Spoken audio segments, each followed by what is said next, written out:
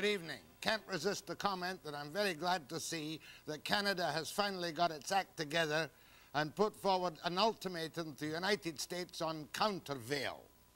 Now, countervail is a word that every school student in British Columbia should know. Countervail refers specifically to the action by some American interest groups to slap a tax as much as 27 to 36% on all Canadian lumber exports going into the United States. Now, to British Columbia, that's a $2 billion a year caper. And that kind of tax, no matter how booming the market is at the moment, would really devastate our lumber industry. Now, do the Americans have a case for countervail? Well, the big boys in the lumber industry in Canada, who won the same battle a couple of years ago, have been kind of super confident that they could win it again. I don't think they could have. And what's finally happened is that Carney, in Ottawa today, pulled out a trusty six-shooter and she put it to the heads of the Americans. She said, if you drop the countervail, we in Canada are prepared to increase our stumpage rates all across the lumber-producing provinces in this country. Stumpage, in case you haven't come across that word, means simply what the big companies and the small companies pay for cutting down the tree in British Columbia in tree farm licenses. Now, what would that mean? The best guess is that if we increased, we obviously have a plan to increase our stumpage rates, which would put up the landed price of our lumber in the United States and take some of the pressure off. Now, there are two good reasons for that. One, stumpage in British Columbia has been in a confused mess for years. Too heavy some places and too little other places. Now, the increase in stumpage in BC might amount to a couple of $100 million. And if the Americans back off and we in BC collect an extra couple of $100 million in stumpage, at least the money will stay in this country and might conceivably, God willing, if they ever straighten out the forest industry in British Columbia, result in some decent reforestation and silviculture in our, what I'm told on the highest authority, is our badly tended, if still well-treed province. So the Americans now have the option. Drop the countervail and we'll increase our stumpage by an amount not yet declared. It's got to be at least a couple of $100 million for British Columbia, so it might be $300 million across the whole country. Now, if the Americans don't succumb to the Carney ultimatum, we still have one possible out. The U.S. regulatory authority might say there is no subsidy, that is the complaint, to lumber producers in Canada. Or they might come down and say zero import tax, or up to 10, 15, 20, 22, 27, 36%. But at least I would say this is a step in the right direction. And concerned though I am for jobs, it kind of annoys me that we have to go cap in hand to the Americans and say, hey, we're going to put up our stumpage, might be the only thing we can do, and yet at the same time we're an independent nation and we've got to give all our details of all our internal business to the United States kind of cap in hand. When, you know, if we were really a tough, healthy country, we'd say, you want to put a tax on our lumber, put a tax on our lumber because you need our lumber in the worst way. You can't build your houses without it. But I say congratulations to Carney for getting this disparate collection of provinces together and at least putting forward a good, straight ultimatum. Drop the countervail and we'll up the stumpage, and that will increase the price of Canadian lumber in the United States and release some of your pressures. I suppose we would lose the price of Canadian lumber would probably go up, you know, because of the reduction in the supply available. But it's a good move by and large. Now we'll see if the Americans back off from the countervail. I hope they do. Now, here's Steve with the rundown. Native land claims. The final word goes to the Nuu-Chah-Nulth. They say 6,000 square miles on Vancouver Island belong to them. Tonight, Chief George Watts completes the Webster series on native land claims. Also tonight, feeling confused about voters' lists? And this time you can vote by mail. BC's Chief Electoral Officer, Harry Goldberg, is here to explain the rules. Harry, you're here to explain the rules, but first of all, I've been covering elections for 1,467 years in British Columbia, and suddenly I realize you've pulled a quickie on me. I can mail in my ballot. Where the devil did that come from? Well, Jack, you can only mail it in if you're not going to be available to vote during the early voting, the advance polls, or on polling day. And that emerged, as a matter of fact, as an Order in Council proclamation on the date the writ was issued. We've been working on something very similar to that, and because the House had not been sitting over the past little while, as you're quite aware, the decision was made to put the Order in Council through to ensure that those people who will be away during that period get the opportunity to vote. All right, if will be away. There will be a way, Jack. Well, first of all, if I'm in China now, can I mail in my vote? It would be a little difficult if you have time to make application to the returning officer, receive your ballot, and get it back to the returning officer in time for the end of polls. You can't. More reasonably, I'm going to visit my old Auntie Mame in Hinton, Alberta, or some strange place.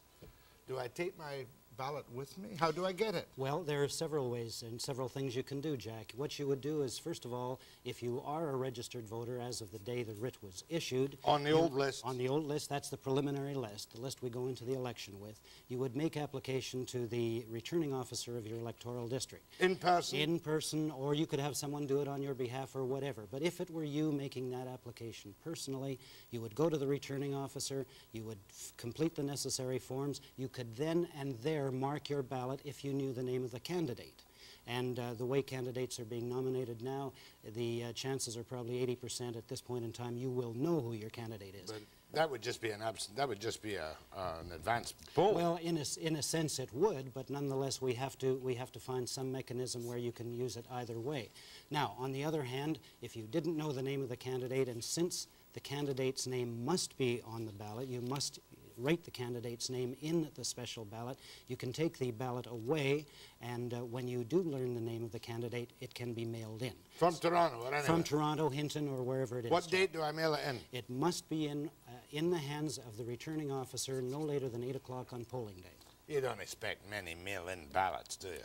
Jack, it's hard to say. We haven't really tested it. I can tell you this, that I would suspect the greatest use of mail-in ballots will be by the military.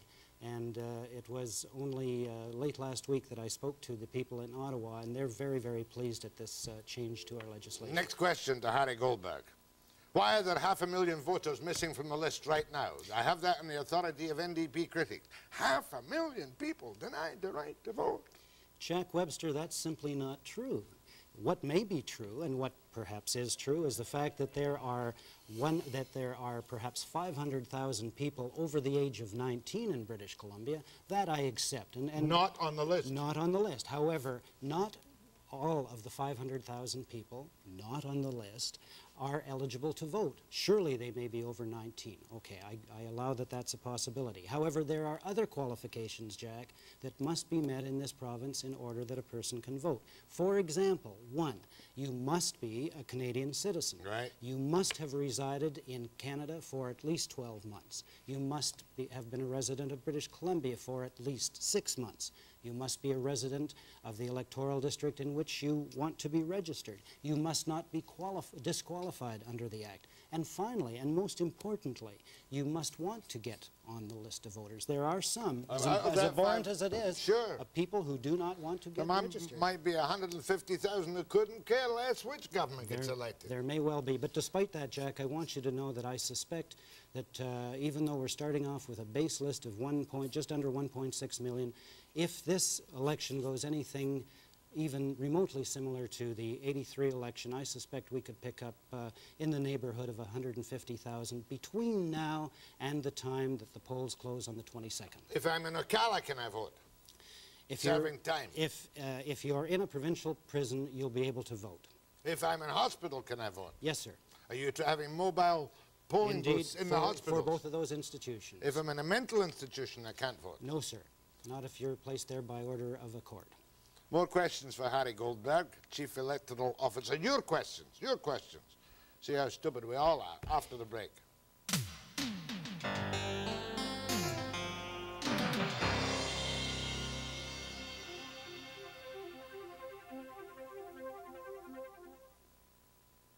Mr. Harry Goldberg, Chief Electoral Officer, will the 12 new ridings make any complications for you or for people who want to get registered now? Not at all. As far as registration is concerned, Jack, they'll make no difference at all.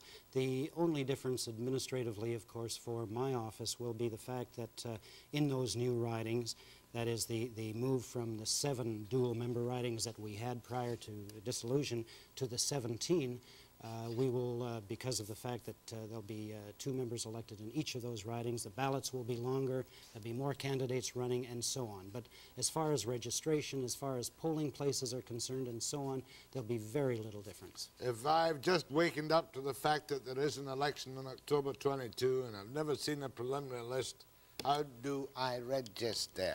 Well, first of all, Jack, you want to make absolutely sure that you have not received a notice in the mail. I haven't. You didn't receive one of these No, notices? I did not. Certainly you did, Jack. No, on my word of honor. Have you seen your mail today? No, not today. Aha. Well, as a matter of fact, the majority of these, the greatest majority of these were received today. However, if for whatever reason you don't receive one of these, then what you must do between now and 9 o'clock this Friday, 9 o'clock this Friday, is get down to the nearest registration center and get yourself registered. Can't I phone? You can't phone to be registered. Because I've got to Jack. sign it. No, you must sign the card. There is an application card that must be completed in detail, signed by yourself and a witness. Is this the day I should have got it? This is probably the last or second last day you should have it, but if you don't have it today, I would say don't take a chance. The mail being what it is. What about double registration? We'll check that with our computer, Jack. I would hope that that will not happen. If 2 Johnny Websters turn up? If 2 Johnnies turn up and it can be determined that you're the same person, we'll get rid of one of you. The other thing, of course... Get rid of this well, one. Whichever one you Keep want. the other one. Any change would be an improvement for the better these days. Calls to Harry Goldberg. Go ahead, please. I'm just like to make 3 or 4 points here. Don't make 3 or 4. Ask a couple of quick questions. Well, it'll be short. I'm a construction worker to start with, but besides that, I think a resident should be here longer than 6 months. We're not going to change the law. Ask a question and he'll give you the answer on the law. On the law, well, 6 months, I don't feel a resident who's here for 6 months should be able to vote. Second question, armed forces, if they're not stationed in this province, basically for more than 2 or 3 months... You better join a political party and change the act. Go ahead, please. Yes, sir. I would like to know the requirements of a voter regarding the language, whether they're required to write English or speak English. The requirements with respect to the voter at the polls is this, sir. If the individual cannot speak the English language, then an interpreter must be found in order to escort the voter into the booth and help the voter with his vote.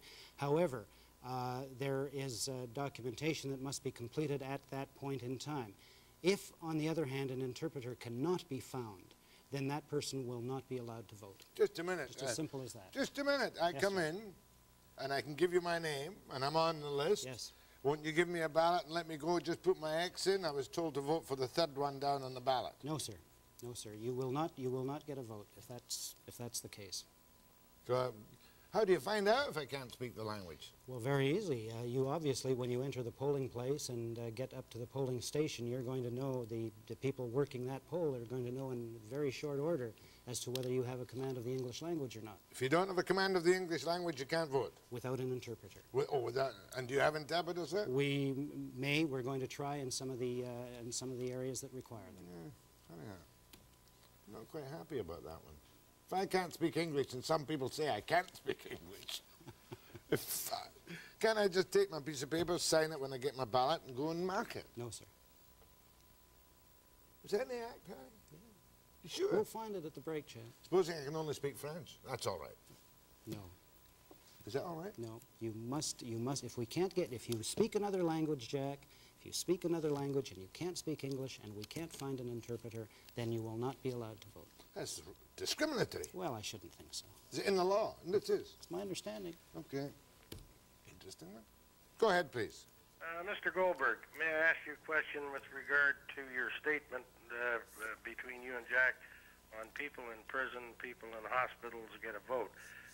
people that are bedridden and at home, how would they go about voting? Sir, if they're bedridden at home, unfortunately, we don't have a provision in the Act that would allow us to go residence to residence to pick up individual votes. I think you can understand that logistically that would be almost an impossibility. The nearest thing that we do to that is what I've already said, and that is people in hospitals or people in long-term care centers, extended care centers. We will visit those Private locations. nursing homes? Private nursing homes, indeed. That we can do without any trouble, but we couldn't possibly visit each and every home as much as we'd like to. And I remember before that the people in hospitals who could vote were only the ambulatory ones. That, I'm sorry. Well, then, may I ask, why could not people in that situation mail their vote in?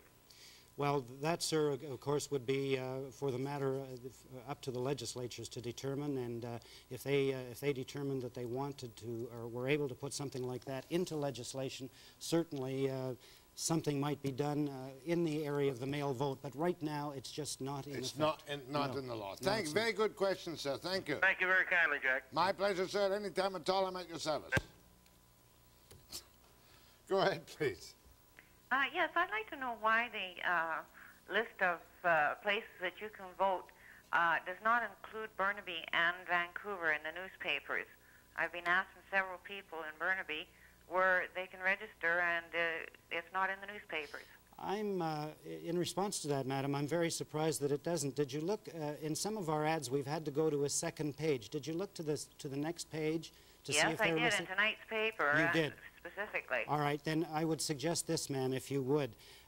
If you would phone our toll-free number, which is 1-800-742-VOTE. Oh, we've got that up on the screen now, too. That's very Good, fancy. that's wonderful. 1-800-742-VOTE. Yes, there's a lot of people who've just moved into this area, Yes. and I don't know where to tell them to vote.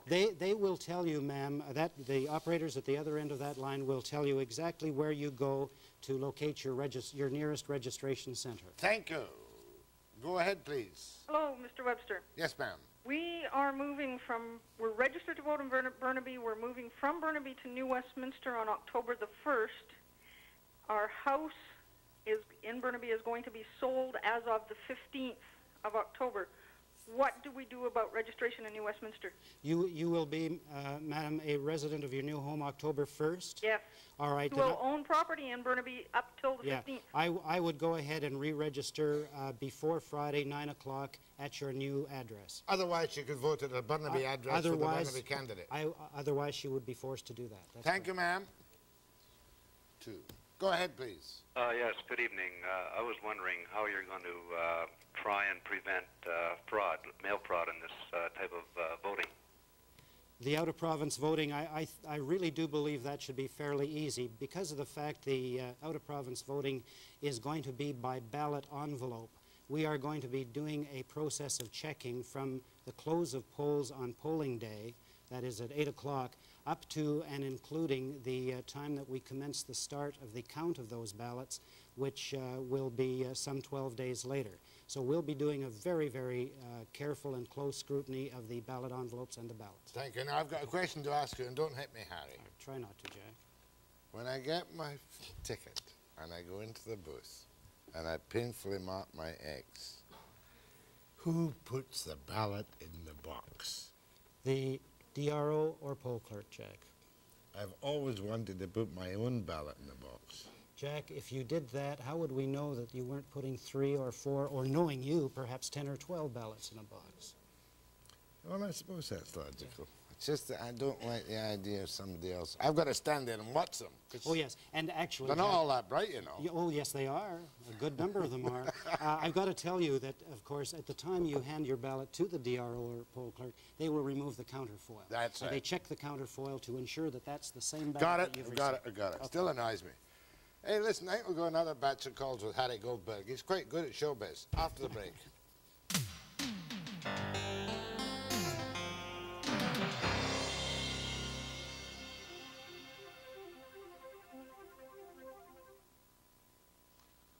When does registration close? Friday night? At 9 o'clock. 9 p.m. But supposing, can I register at the booth on polling day? Well, you can, Jack, but I would certainly recommend that you not leave it that late. However, if you do, if you're ill this week or something of that nature, all you need to do is show up at one of the polling places in your electoral district. And that'll be checked. Fill out the it'll be checked. You fill out the documentation. It'll take a little while. You'll need 2 pieces of identification when you go to fill out the forms. But yes, you can register on polling day. So there's not a reason in the world why people in this province cannot get registered to vote. Okay. Now, this little card I'll get a couple of days before the vote. Yes, and that card, in fact, tells you exactly where your polling place is. It gives information as to what your polling division is, and also your electoral district and where you vote. Do you have to pay 34 cents for every one of these? Jack, 36 cents? Don't get me into that, because that's a whole other question. I'm just absolutely incensed with the cost of those things. I know, and it's more than what you think it is. Yeah. However. Go ahead to Harry Goldberg. What are you? You gave me one. It's not there. Are you Hello, there? Mr. Goldberg? That's Hello. you, ma'am. Hello, ma'am. Yes. I was just wondering, I became a Canadian citizen in July of this year. And at the time, I was given an envelope to send in for the provincial elections so I could register. Should I accept that as going through, or is there, I have not received a card as yet in my mail at home. Madam, you should have received a card probably by now. You may, in fact, receive it tomorrow. But I wouldn't take a chance. What I would do if I were you would be to appear at your closest registration center and ensure that you're on the list or not on the list. If you're not on the list, get yourself registered. She doesn't get a card by Friday morning. She should register. She should probably check tomorrow, Jack. Oh, that's noisy. Hello. That's from Vernon.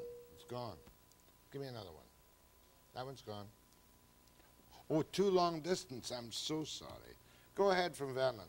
Yes, can you tell me where a university student votes? Does he vote in the riding in which the university is, or in his home riding?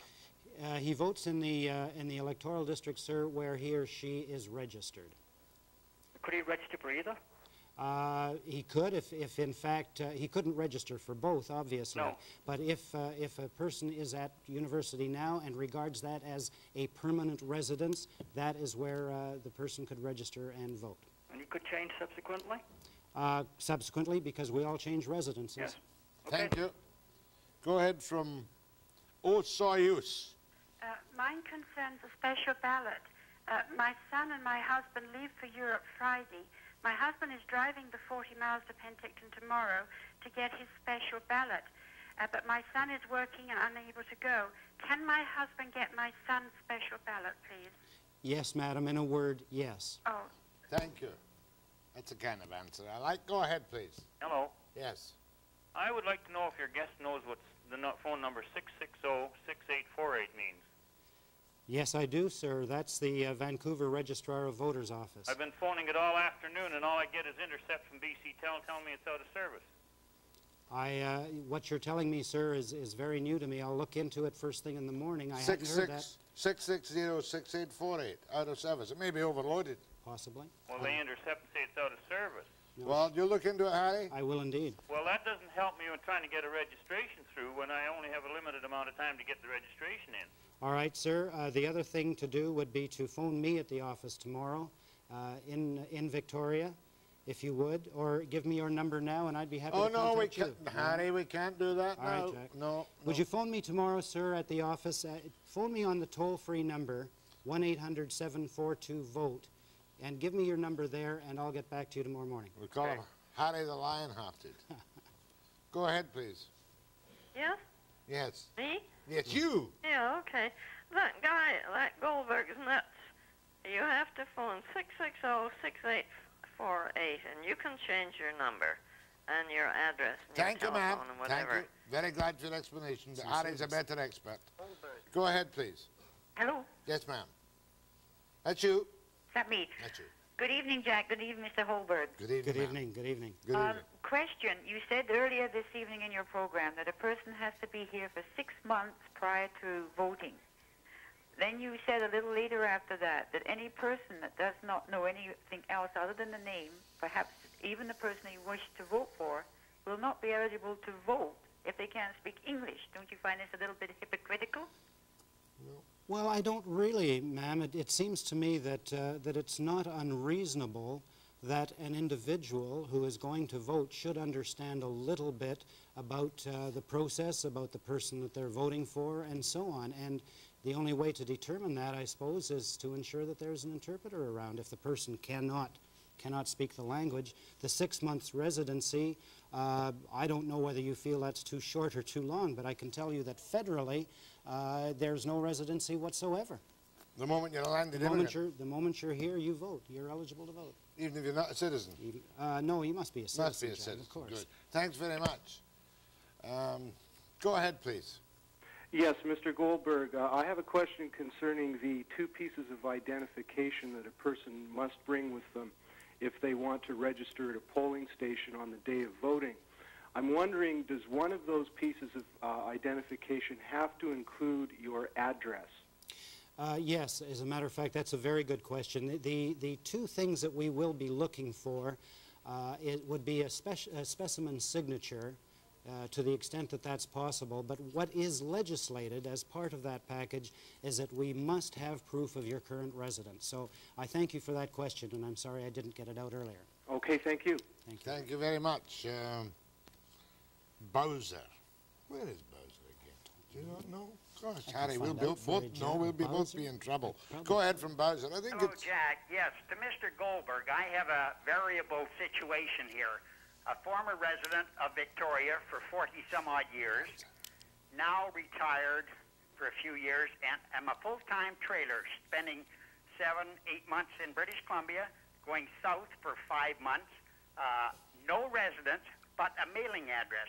What is my situation?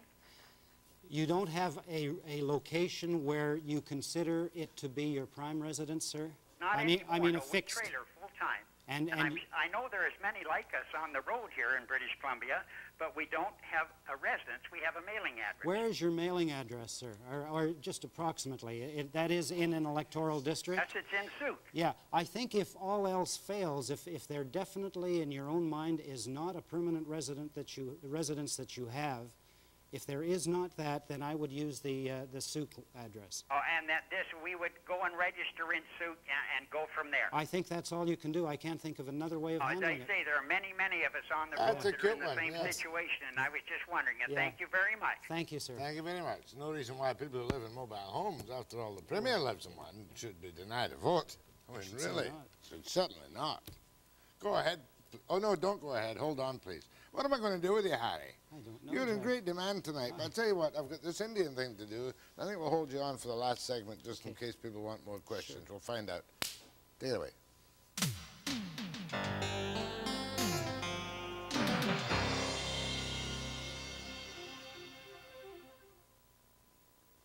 As I continue with my series on Indian Aboriginal rights, which seems to be preferable to land claims, I come to a man who is often in the center of controversy or action in the courts. And that is, of course, George Watts, who is the chairman of the Nuu-Chah-Nulth Tribal Council. For those who don't know, George, spell out, and we can see it now, your land claim. Your claim. Well, our claim goes from a place called Cayucot in the north down to Port Renfrew in the south on the west coast of Vancouver Island. And most importantly for our people, because of our history, the sea claim that is joining Vancouver Island. What kind of sea claim? Well, what we have said is that historically we have used the sea for the survival of our people, and we have a number of cod banks, different kind of salmon banks and whatnot that our people have historically used, and we say that we have a claim to those. How many miles out?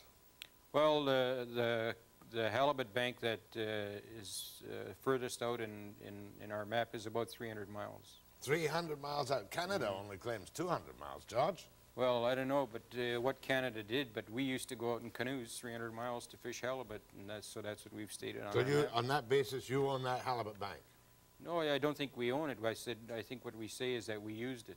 Now, I think that the word claim is the wrong word, really. Of course, you have been in the public eye over Mears Island. What is the dispute on Mears Island, apart from the fact you don't want, was it Macmillan and Bladel to log it at all, right? Well, I think Mears Island is the example of what is happening to Native people right across this country. We get pushed to the wall, And one of our last resorts, of course, is to resort to the court and ask for the court to rule in our favor. And that's exactly what happened to Mears Island. We participated in a public process with the companies and with the government to try to come to an agreement as to how Mears Island would be developed. Macmillan Bedell pulled out of that, and they went straight to the provincial government and got the provincial government to rule that they could go ahead and log Mears Island. So we said, well, fine, we'll go to the courts and we'll try to stop that logging. The courts to date have ruled that we have an interim injunction against the logging of Mears Island, and the right to the trees in that of Mears Island will be determined by the courts. Until the determination, what determination is going to come up in this session in the courts? You've got some trials coming up soon. 3 trials joined together, wasn't it? The Gitscan, somebody else, and the Nuu-Chah-Nulth, right? Yeah, the CN twin tracking and the Gitscan with Sautain and ours were joined together by the Supreme Court Justice. And the Court of Appeal has recently split them and said, go back and hold these trials separately, am I right? Yes, we got Mr. Berger to argue on our behalf in the Appeal Court of British Columbia, and the Appeal Court of British Columbia said, yes, these people are entitled to a separate trial because they are different people, just like in Europe you have different peoples. These people are different than the other 2 groups. So it's going to go ahead as 3 separate trials? Well, from what I understand, there's some confusion as to what that ruling by the Appeal Court was, and we are now in a debate again with the Supreme Court of British Columbia as to whether or not we do have a separate trial. And I understand that on the 25th of this month, we will hear from the Appeal Court maybe in clearer terms as to what their ruling was. Whatever it is, there are going to be trials which are going to take 10,000 years to go back and forward to the Supreme Court of Canada and back again, aren't they? Not only 10,000 years, but tens and millions of dollars. Now, but what you're hoping from that is a declaration that the title just of Mears Island or all your lands belong to you? No, I think what we're asking is that the courts rule that we have an interest in the trees because of our aboriginalness, and that that interest has got to be taken care of before you can go and start divvying up the pie. In other words, the courts may, with the charter in the background, do what the governments have failed to do, recognize your aboriginal rights. Yeah, well, I think you have to understand that the legal system in this country, first of all, is derived from England, and secondly, is set up to protect the rights of the European people who came to Canada. What we're asking is that some of the principles which they've applied in the protection of property for non-Indian people, that they apply those same principles for the protection of property for Indian people. That's exploring new ground in the court system. How big is your, because of the charter, of course, which recognizes existing aboriginal rights if you can prove such, despite the absence of treaties? Well, I think that whole issue of rights within the charter is up for debate because, you know, 3 minutes after it was put in the charter that our existing rights were protected, the Department of Justice and the federal government sent out a circular telling all their lawyers to present as a defense in any court case in regard to Aboriginal rights that the existing Aboriginal rights in the Constitution is empty, that there are no rights there, and that it's not protected by the Constitution. In other words, there are only treaty rights which were signed in other parts of Canada, but in British Columbia, where basically there were no treaties, no Aboriginal rights. No, I think clearly it's just another case of white man speaks his forked tongue. George, you're a practical man. Now, how far can this go? I mean, if you get the rights to Vancouver Island, a large chunk of it, how many thousand square miles? In our territory, yeah. 4,000. 4,000. Not as big as some of the others. What happens to the non-Indian? I mean, that's the kind of explosive, hysterical reaction you'll get from many ordinary people. Yeah. Well, I think that if people continue to try to put forth statements and whatnot that lead to those racist statements and whatnot, I think you're going to continue to swim around in the mud.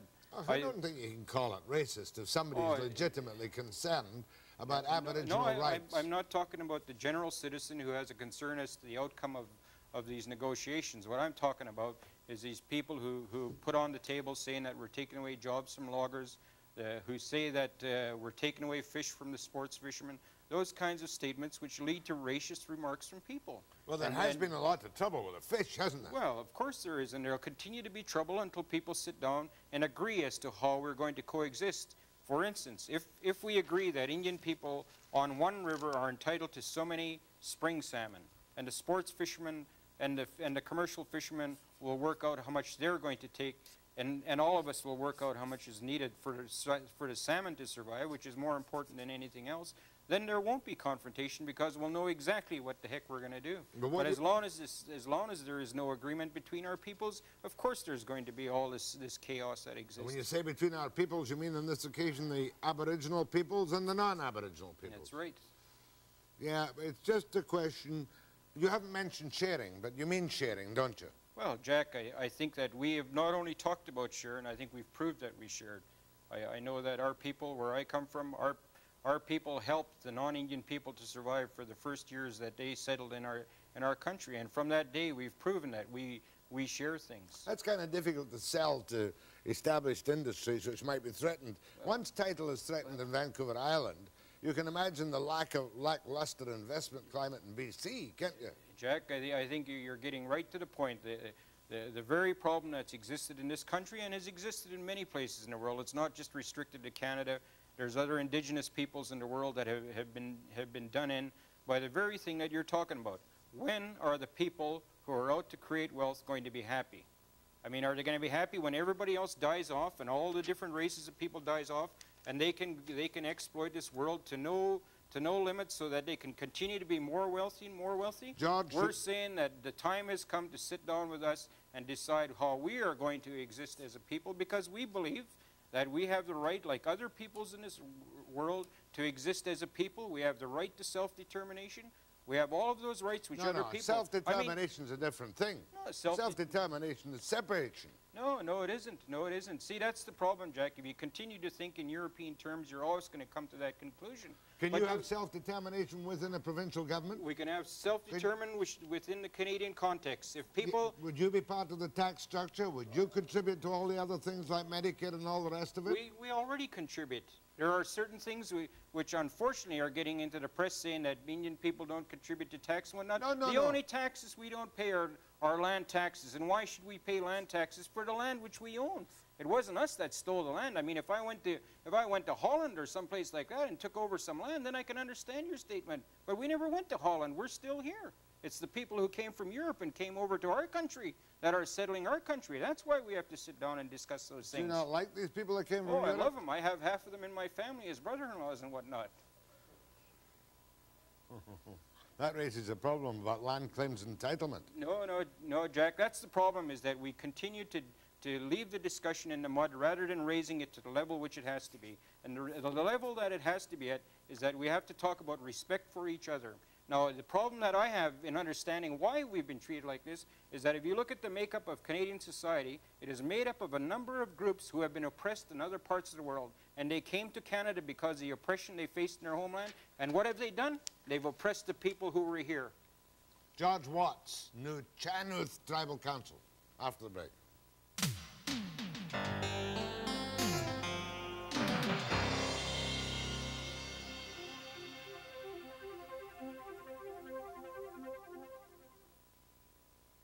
Harry's going to hang on in case you want to ask him any esoteric questions, but I'll take what comes.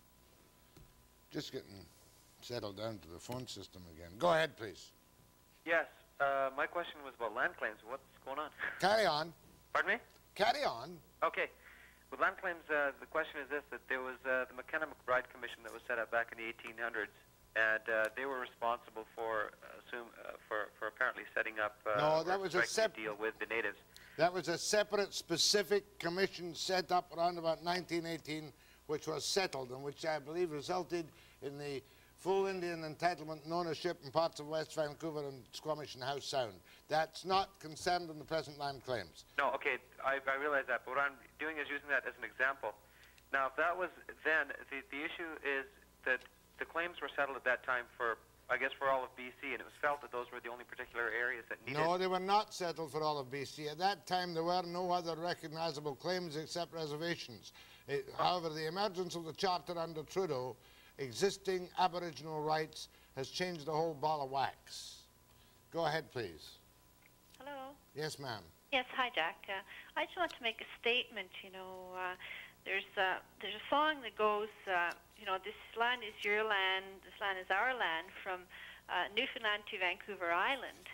And I don't believe in these Indians always trying to say that we stole it from them, and et cetera, et cetera. As far as I'm concerned, we are all God's children, and it's our land. Right, ma'am, but we deal with a political matter.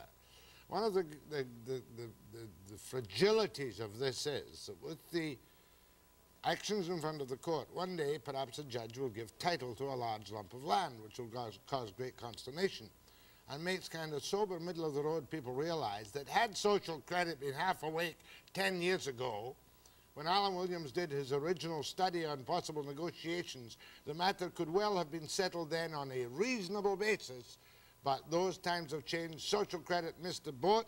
As of this moment, of course, if Brian Smith were in charge of Indian land claims, he wouldn't even say hello to them. We don't know what's the word for ebullient, Van der Zalm, really thinks about land claims yet, because it looks like he's going to be very pragmatic, to say the least. That's providing he wins the election. Go ahead, please. Oh, hi, Jack. I sort of agree with the last caller. I get the impression that the Native people seem to think that they have more rights than the average person. How does he respond to that? Yes, when you speak to some of the Native leaders who say we've been here 10,000 years, it's all ours and we want it all, right reason or none. However, I think that may be as much as anything a propaganda tactic as anything else. I think that among the Indian leadership in British Columbia, there are some very reasonable people. Much will depend, however, on certain trials which are going ahead or will go ahead shortly in the courts. It is a matter, in my opinion, for political settlement if you want to settle it at all. But of course our leaders have been hiding in the weeds on this for a long while, except Brian Smith of Social Credit, who practically declared war on the Indians up at Whistler. Next call. Go ahead, please. Yes. With regard to Mr. Watts, you had mentioned, you brought up the issue of taxation, and he mentioned to you that in fact the only taxes that the Indians didn't pay were the land taxes. Well, when in fact I worked with a couple of Indian fellows this summer who are, I believe, status Indians who didn't pay any federal income tax. I just wonder why he didn't mention. May not apply to George. I'm aware of that situation. There are certain categories of Indians who do not pay federal income tax. Yeah. Thank you. Something I don't know much about. Go ahead, please. Hello. That's you. Hello, I'm a, pardon me, I'm a 10-year Canadian Swiss dual citizen, and I would like to make positive comments in favor of our Indians. I just hope that when someday more advanced beings show up on our planet, that they are going to treat all of us better than the white man in general is treating any other race. That's not a bad comment, sir. If the superior beings ever appear, they haven't shown up yet. Go ahead, please. I don't believe in flying saucers. Hello? That's you, ma'am. Yes. An observation and a question, Jack, re-voting. I've worked in extended care facilities, and I'm quite concerned in the manner in which the voting takes place in the facilities. The compos mentis, I feel, of the residents isn't necessarily decided by the management, and it's left up to a subordinate. The resident is out of touch, is taken into the polling booth, marks an X, and they're not necessarily, the volunteer doesn't necessarily question their ability, and I'm just wondering if this could be better monitored. Yes, certainly we're always looking to improve that aspect of the voting process. Obviously, it's not up to our voting or polling officials to make a determination as to the mental ability of people in nursing homes or whatever. I just wanted to make this known. No, I understand that, and what we do, and as you're quite aware, is we go to the principal of the institution, and from that individual get as valid or as realistic a list of those people that we can, and from that list we allow the vote. Thank you. There couldn't be much abuse in that respect in any case. I would hope not, Jack. There are a lot of scrutineers, you know, from the various parties and people our own people. People sometimes forget that most people are very decent people who carry out their duties. Go ahead, please. Yeah, good evening, Jack. I was just wondering what was planned to be done with the Indian land claim land. Indian land claim what? The land that they're claiming. Well, it's very difficult sometimes, but the broad picture I got from these interviews were that they want recognition of Aboriginal title, that where specific claims have been made, they are not claiming any land that has been alienated, you might say, to the non-Indian on title. For instance, the claim that includes Prince George, Mackenzie, and all those places, they don't want the cities, but they want recognition of their Aboriginal title and jurisdiction. That, of course, is in large main impractical, but negotiations might, when it comes to negotiation, I think the talk will be much more specific and much more reasonable. That's about all I can say. Okay, thanks a lot. Thank you. Go ahead from Kamloops. Kamloops, Jack, I have enjoyed your program, and I have a real affection for the Indian people, but I have a problem with the Aboriginal title business. All those Indians are Canadians like we are, and I don't understand why they want to negotiate part of our land away from us. Well, they're well led by sophisticated leadership who think that now is the time to strike under the Charter of Rights and claim title which they feel was unfairly taken away from them without compensation. And in the case of the Alcan development, for instance, they want specific compensation for the reversal of the Nuu-Chah-Nulth, which undoubtedly damaged the Indian fishing and the Indian livelihood and the Indian culture in that particular area. I should imagine there are specific cases where they now to sue for alienation and damages, they would get it. But on the broad claims, I've no idea what's going to happen, but I'd say it's got to be a political decision and not, in the final analysis, a decision in the courts. Go ahead, please. Yes, Jack. Yep. This is for your electoral man. Here he is, Harry the electoral man. Yeah. A number of months ago, we received a card, register of voters. Does this mean to say that we're going to be getting another one in the next day or two in the mail? Yes, sir, you should. In all likelihood, the previous card that you received could have been a result of the last enumeration that we did. And if you haven't changed your residence since that time, it's likely you will get another card within the next day or two. If we don't, then what? Keep this one? If you don't, I would certainly attend at a registration center to determine absolutely that you're on the voters list, sir. Because this one register of voters gives us our number and the fact that we are on the register list. My concern, sir, is that that card should be an up-to-date card, and I would certainly look to receiving this next one in the mail. Nobody there. How much time have we got? Oh, yes. Any more? Go on, I've done that one. Go ahead from Kamloops. Okay.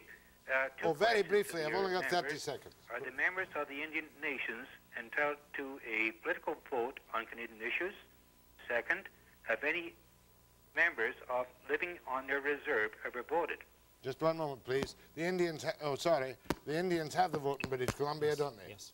Thank you, sir, and I'm not cutting you short, but my time is out. My grateful thanks to Harry, the electoral man from Victoria. Get it all squared up by the 22nd of October or you're in trouble. You can count on it, Jack. I'll be back after the break.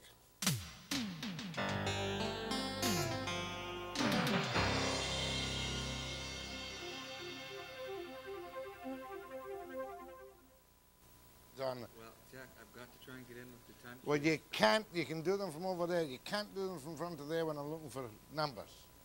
You've got to do them from there. You won't look at me over there, though. You make enough fuss and move enough, and I'll get the cues all right. Okay. There's another election, Boy Campbell and Uncle Harry. I think we could have a little bit of fun with Boy Campbell and Uncle Harry tomorrow night, apart from some provincial election stuff.